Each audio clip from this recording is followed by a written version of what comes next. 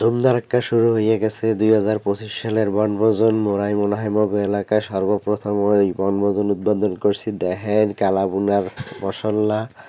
মোরা 8 জন আসলাম, 8 জনের ভিতরে মগর 2-1 সিনিয়র আসলে, আর মোর ম্যাক্সিমাম জুনিয়র ভাইরা আইয়া দর্শনে যে ভাই পিকনিক খাইতে হইবে।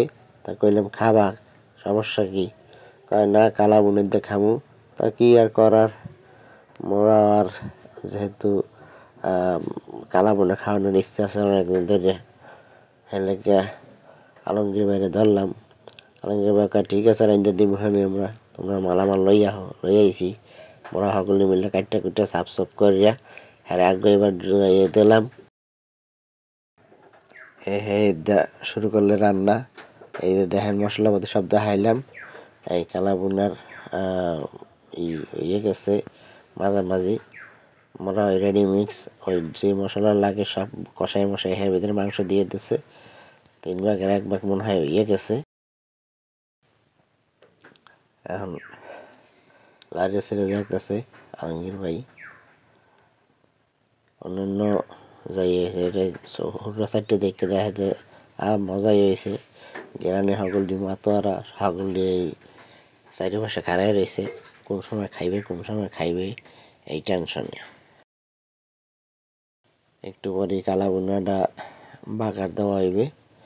বাগার দেওয়ার জন্য এই পেঁয়াজ বেরাস্তা করতেছে।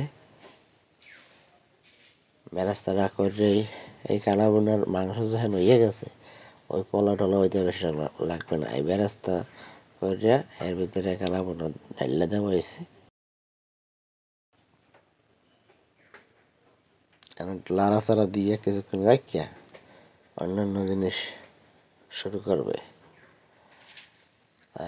আলমগীর ভাই কইছে বেশি এই করো না, তোমাকে বেশি করে আটকে রাখবো না, আর আধা ঘন্টা টাইম। এই আইয়া পড়ছে পরের পালা পোলাও। এই পোলাওর চাল দিয়ে দেওয়া হয়েছে গরম পানি করে এর ভিতরে। বেশি না, 20 মিনিট লাগবে। দিলাম এর ভিতরে ঘি, সালাদের জন্য শসা সেলতাছি। এরপরে আছে ডিম তেলের আইটেম। এই মুরগির মশলার লাগে পেঁয়াজ রসুন দিয়ে এর ভিতরে আস্তা ডিম ভেঙে দেওয়া। এই জোড়া দিয়ে পোলাপানের লেগে বাড়তাছি। সবাই মিলে দিলে খাইলাম। আল্লাহ হাফেজ, দেখা হইবে পরবর্তী কোনো ভিডিওতে।